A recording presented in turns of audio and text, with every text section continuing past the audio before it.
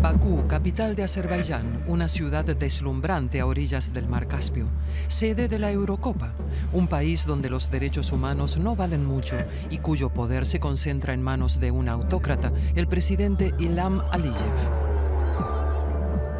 Es claramente una dictadura.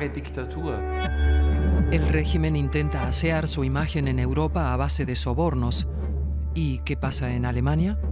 También aquí llama la atención que cada vez más políticos tienen conexiones con Azerbaiyán. Algunos llevan mucho tiempo apoyando al régimen sin ningún cargo de conciencia.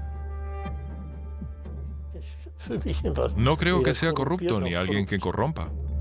¿Hasta dónde llega el largo brazo del autócrata Aliyev? ¿En qué medida se dejaron sobornar los políticos alemanes? ¿Y qué significa esto para los azeríes?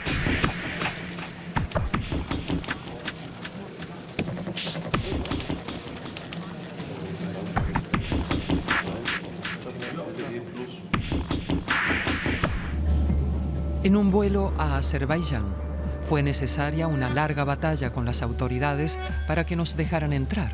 El centro de Bakú es ultramoderno, flamantes edificios y torres de cristal. Todo indica que el dinero no es un problema.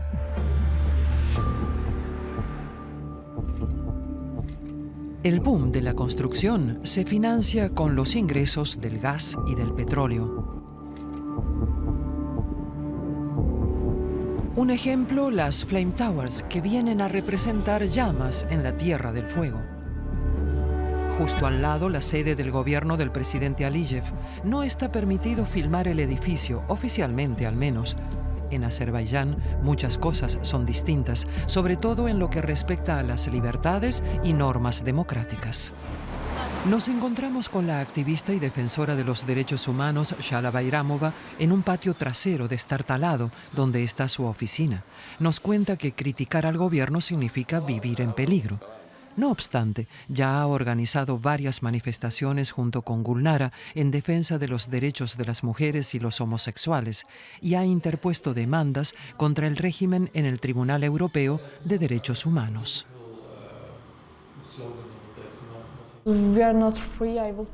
No somos libres. Diría incluso que nuestro país es el peor de la región en lo que respecta a los derechos humanos. Por ejemplo, la policía detuvo a un centenar de transexuales, lesbianas y homosexuales en plena calle sin motivo alguno. Los maltrataron, les dieron descargas eléctricas y su caso está ahora a la espera de que se pronuncie el Tribunal de Derechos Humanos. Nos muestran un video de una de las manifestaciones en el centro de Bakú hace unas semanas. Puede verse claramente cómo la policía interviene con mano dura. El despliegue policial es tal que en pocos minutos las detienen y disuelven la manifestación. La activista acaba literalmente tirada en el piso de la comisaría. Una creería que la policía está para proteger a la gente, pero en Azerbaiyán es justamente lo contrario. Aquí la policía protege al régimen de la gente y de los manifestantes. Cambio de escenario. Ginebra, Suiza. Aquí buscó refugio un activista azerí, Emin Huseynov, que huyó hace años de Azerbaiyán.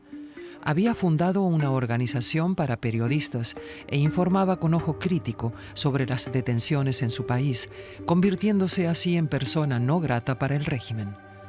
Recuerda una proyección sobre Che Guevara con estudiantes. La policía irrumpió en el evento y lo detuvo a él junto con otros 25 participantes. Los llevaron a la comisaría. Nos cuenta.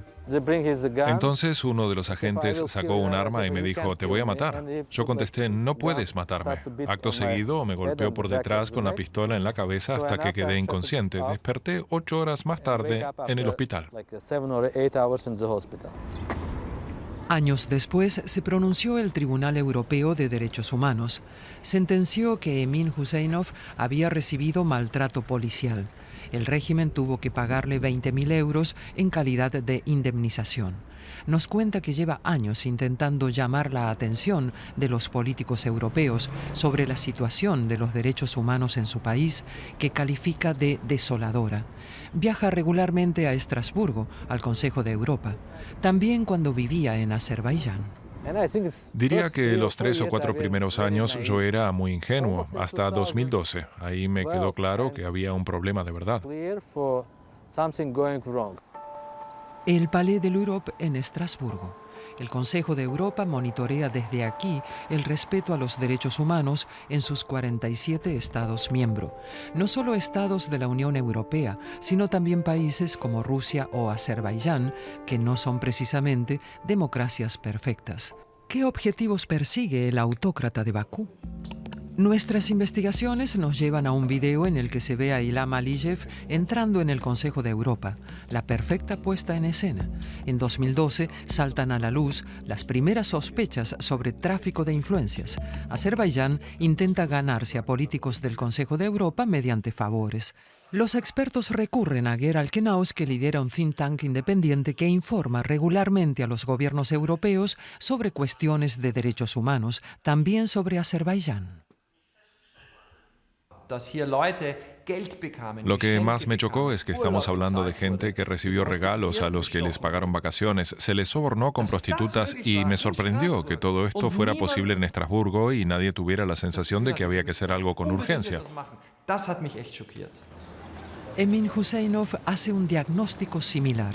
De hecho, recuerda situaciones que le llamaron la atención, como una vez en que observó a 2 hombres en la sala de plenos del Consejo de Europa de Estrasburgo. Vi con mis propios ojos cómo un diputado azerí sentado en el pasillo con su asistente abrió un bolso y sacó una lista y sobres de tamaño alargado, de esos en los que caben billetes. Escuché exactamente lo que decían. El diputado miró su lista con nombres y dijo, ya les hemos dado lo que querían. Pero su asistente respondió, han surgido imprevistos. Tenemos que darles más.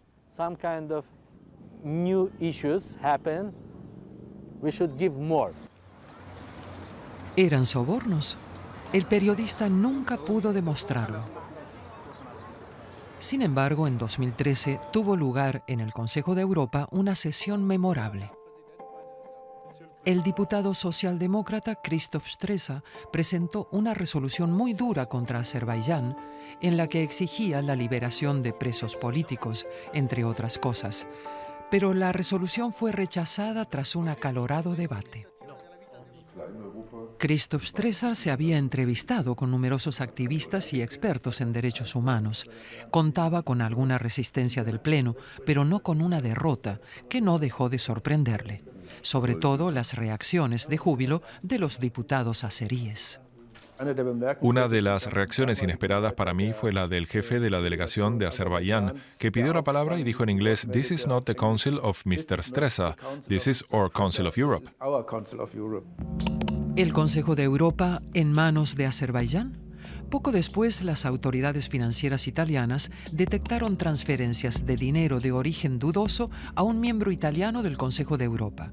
Luca Volonté habría recibido dinero de Azerbaiyán, más de 2 millones de euros, en forma de honorarios de consultoría, y lo hizo a través de un mediador.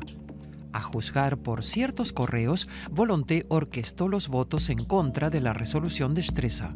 Según nuestras investigaciones periodísticas, pocos días después de la votación, se quejó a su colega azerí porque no había recibido los pagos prometidos.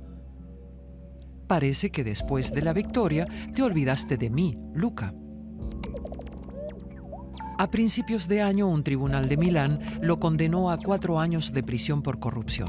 Volonté recurrió la sentencia y declina hablar con nosotros, argumentando que hay un proceso abierto en su contra. Pero al parecer también hubo políticos alemanes que recibieron dinero de Azerbaiyán.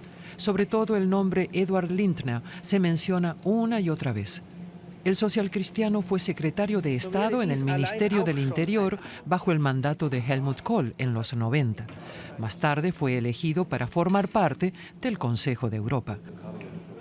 Después de insistir, nos recibe en su despacho privado. El político de 76 años habla por primera vez frente a cámara sobre las acusaciones que pesan sobre él y de cómo empezó a perseguir intereses comunes con los diputados azerbaiyanos. Es muy fácil, estábamos en la misma comisión o en el órgano que se ocupaba del tema y claro, es inevitable que se acabara hablando del tema. Pero insiste en que su compromiso con Azerbaiyán respondió también a los intereses de Alemania. Azerbaiyán es una región del mundo especialmente interesante. La ruta de la seda, la antigua, pasa por ahí. Mucho gas y petróleo con un gasoducto que va hasta Italia. Así que no se puede negar el interés de Europa y de Alemania en mantener relaciones con Azerbaiyán. No hay que olvidar que hemos invertido muchos esfuerzos ahí.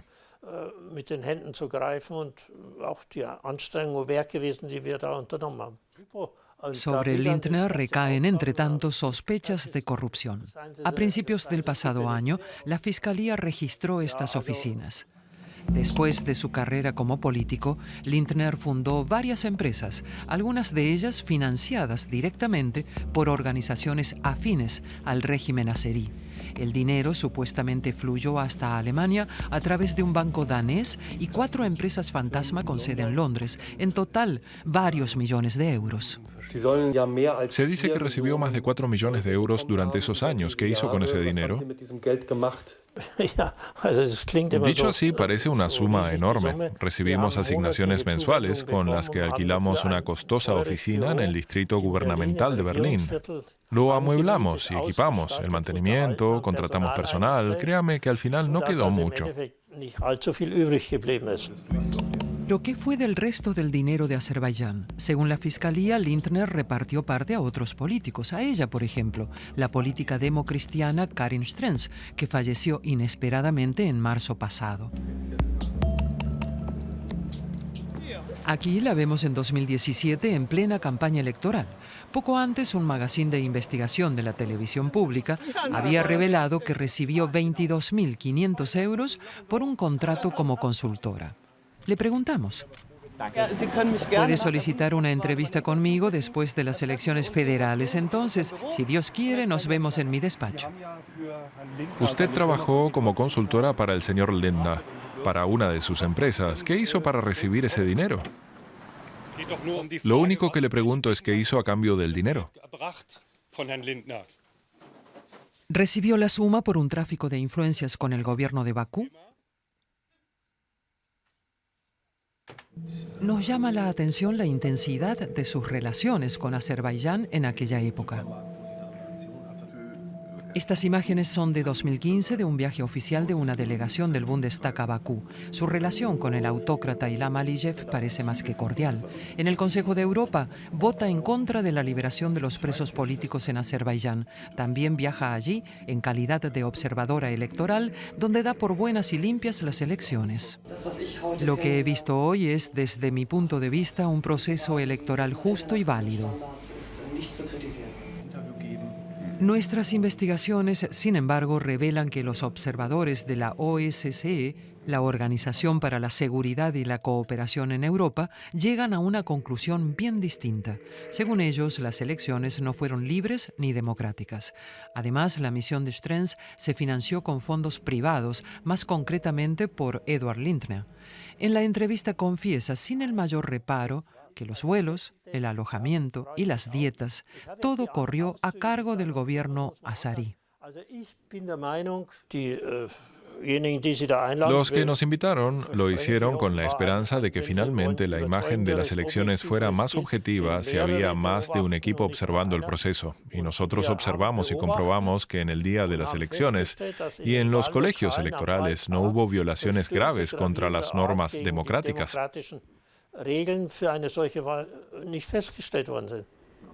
El relator de derechos humanos para el Cáucaso Norte, miembro del Partido Socialdemócrata, Frank Schwabe, participó también en una observación electoral, oficial, eso sí, en Azerbaiyán.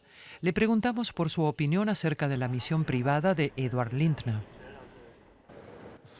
Está claro que Azerbaiyán financia misiones de observación electoral para asegurar su imagen internacional y dar una impresión contraria a lo que realmente ocurre en el país. Para ello se sirven de políticos europeos, pero también de diputados del Bundestag alemán. Considero que eso es más que reprobable como político. Entretanto, el Consejo de Europa encargó a una comisión externa investigar las acusaciones de corrupción por parte de algunos diputados. Llegó a la conclusión de que algunos representantes cometieron graves violaciones del Código de Conducta. A Eduard Lindner y Karin Stenz se les vetó de por vida el acceso a cualquier sede de la organización. Las autoridades alemanas sospechan de otro político, el diputado democristiano Axel E. Fischer, que fue jefe de la delegación alemana en el Consejo de Europa durante años. El periodista azerí Emin Huseynov se reunió con él en varias ocasiones en el Consejo de Europa y asegura que no contribuyó a esclarecer los incidentes, sino todo lo contrario. Hablé con Fischer decenas de veces porque queríamos escuchar su testimonio, preguntarle por qué en el grupo conservador había tantas personas con intereses turbios, por qué trabajaban como grupos de presión en el Consejo de Europa al servicio del gobierno azerbaiyano. Él siempre estuvo de su lado. Axel Fischer también viajó varias veces a Azerbaiyán y existe la sospecha de que también recibió dinero de Eduard Lindner. ¿Le pagó dinero al señor Fischer? Ni idea. Realmente no se lo puedo decir. Tendría que remitirme a los archivos. Hace mucho tiempo de aquello y hubo mucha cooperación y demás. Pero lo que no puedo decirle de ninguna manera es si se realizaron pagos por alguna actividad. Imposible saberlo ahora. Axel Fischer era uno de los actores más importantes en el Consejo de Europa, así que la idea de que el señor Lindner haya olvidado si Axel Fischer también recibió dinero no es muy creíble.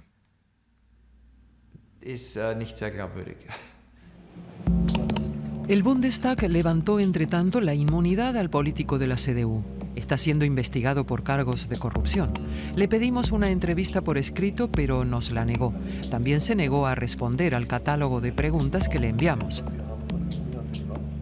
Asiento 194 de la Asamblea Parlamentaria. Aquí estuvo sentado Axel Fischer hasta principios de 2018. Durante años se habría encargado de silenciar las críticas en contra del régimen de Azerbaiyán.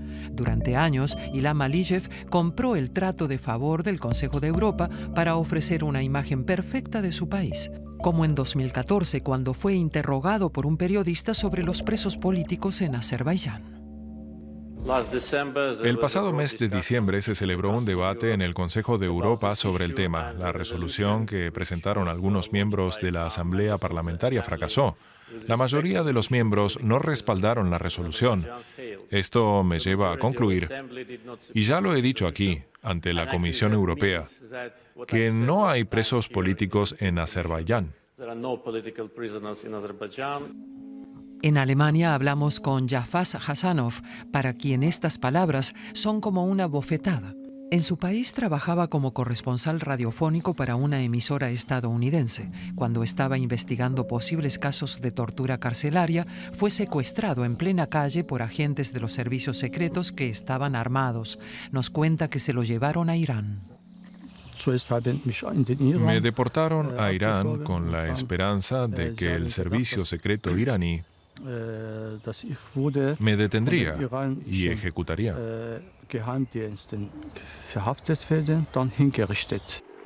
Consiguió escapar, pero los servicios secretos volvieron a amenazarlo y golpearlo en varias ocasiones. En 2014 crearon un grupo de Facebook en el que pusieron precio a su cabeza. Todavía recuerda exactamente las palabras. Este grupo está en contra del periodista Jafas Hasanov. Es un traidor. Escribe en contra de nuestro Estado y del gobierno. Y debe ser asesinado. Estamos buscando a un asesino que pueda matarlo. Hasanov optó por el exilio. Alemania le ha concedido asilo, pero está decepcionado porque precisamente los políticos alemanes apoyan al régimen de Aliyev.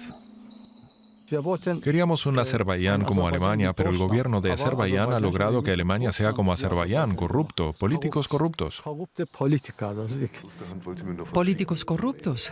Tenemos claro que no todos los políticos que hablan con el régimen de Azerbaiyán son por ello corruptos, pero llaman la atención los políticos que tienen una especial cercanía al país. Mark Hauptmann, por ejemplo, el diputado de la CDU que tuvo que dimitir por el escándalo de las mascarillas y que dejó que Azerbaiyán financiara un periódico para su distrito electoral a cambio de publicidad para ir de compras a Bakú, no quiso responder a nuestras preguntas. Egon Jutna, exdiputado de la CDU de Baden-Württemberg. Según nuestras investigaciones, viajó también en misión electoral privada a Bakú, a petición de Eduard Lindner. Nos asegura que no recibió dinero por ello. Nicolás Löbel hace años quiso que una organización azerí patrocinara un evento de su partido, la CDU. Él mismo viajó a Bakú en varias ocasiones. No reaccionó a nuestras solicitudes para una entrevista. Lo que sí averiguamos es que celebró su cumpleaños con el embajador de Azerbaiyán en el lujoso Hotel Adlon en Berlín. ¿Acaso desplegaron los diputados de Berlín también una red de contactos pro-Azerbaiyán? Hay un caso notable en el Bundestag. En 2019, 4 parlamentarios plantean una cuestión de control en el Parlamento.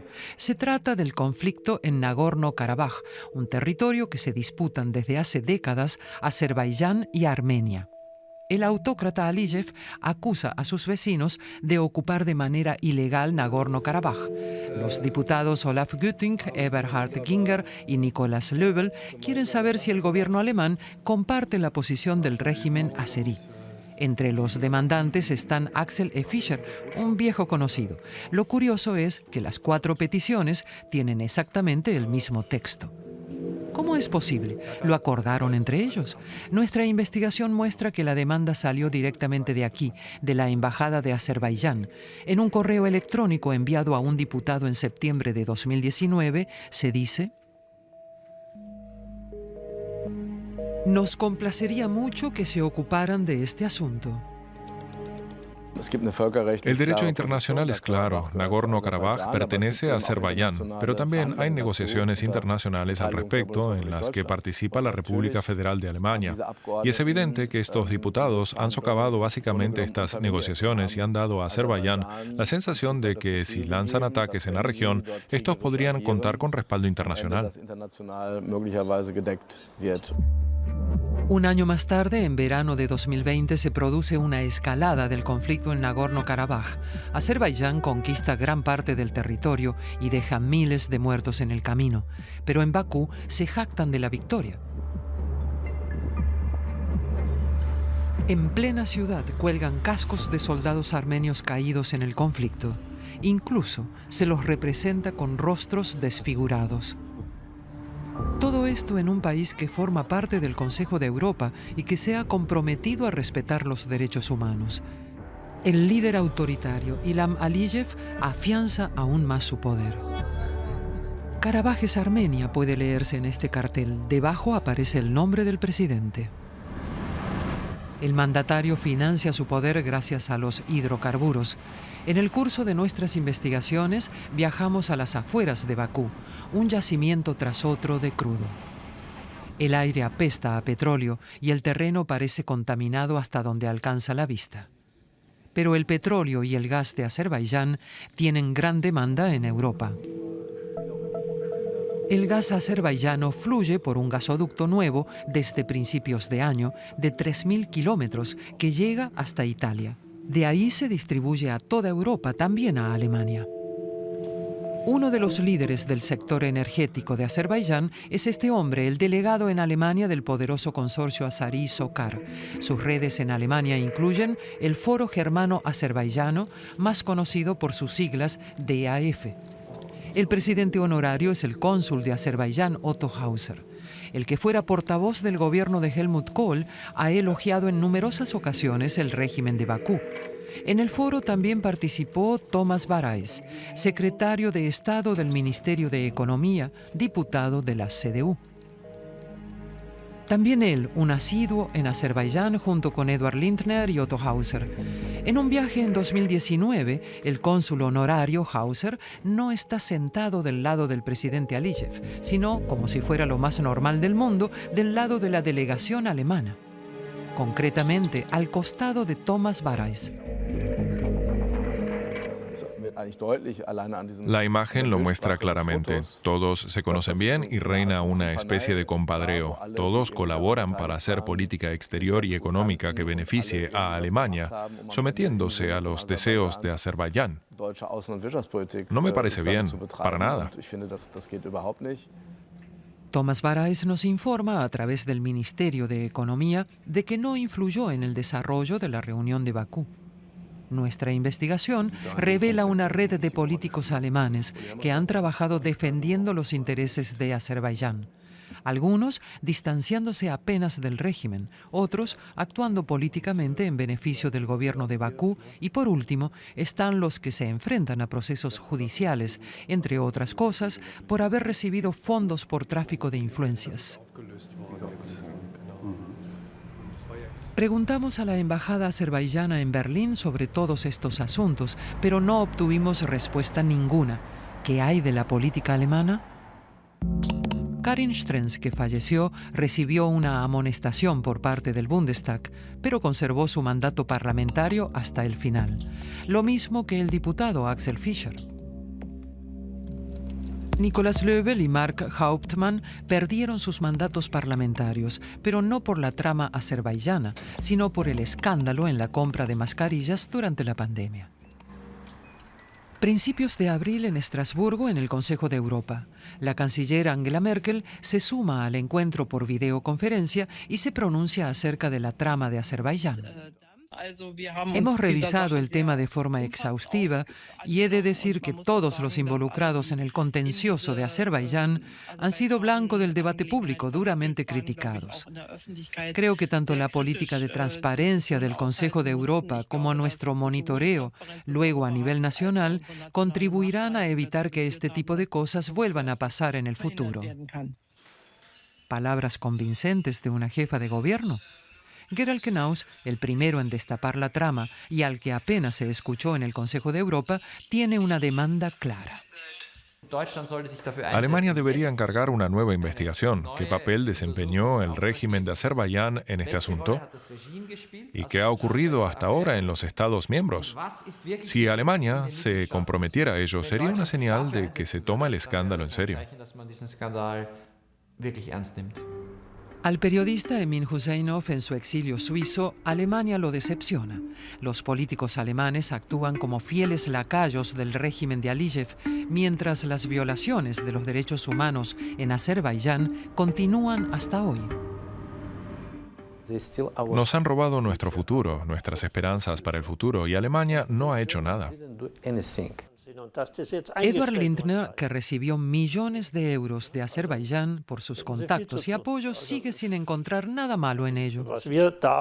Lo que hicimos entonces no es punible, ni reprobable, de ninguna manera. ¿Quiere decir que está en paz consigo mismo? Sin duda.